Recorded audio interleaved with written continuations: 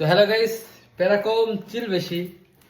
তো আমরা বাইরের দেশে যেভাবে থাকি তার ছোট্ট একটা নমুনা দেখাই। দেখেন, এই যে ডিম মনে করেন যে ভাজার সময় নেই, সিদ্ধ করার সময় নেই, ঠিক আছে?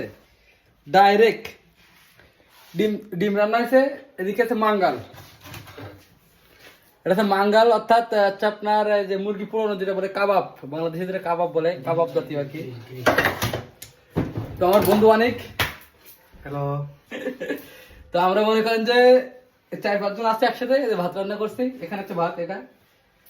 তো এই হচ্ছে আমাদের খাওয়া দাওয়া, ঠিক আছে? আমাদের মনে করেন নিজেদের খাওয়া দাওয়ার কোনো কোনো পরিবেশ নেই, মানে যখন যার রুমে মনে যায় আমরা তার রুমে চলে যাই, মনে করেন তার মনে করেন যে মারা শুরু করে দিই।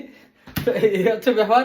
হ্যাঁ, চলে তো আমরা এখন খাওয়া দাওয়া করবো। তো এই হচ্ছে আমাদের বাইরের পরিবেশ। তো ভাই যাও ভাই, অনেক ভালো আছি, মজায় আছি, লাখ লাখ টাকা কামাচ্ছি, কোনো সমস্যা নেই। তো সবাইকে ভালো রাখতে পারছি আলহামদুলিল্লাহ।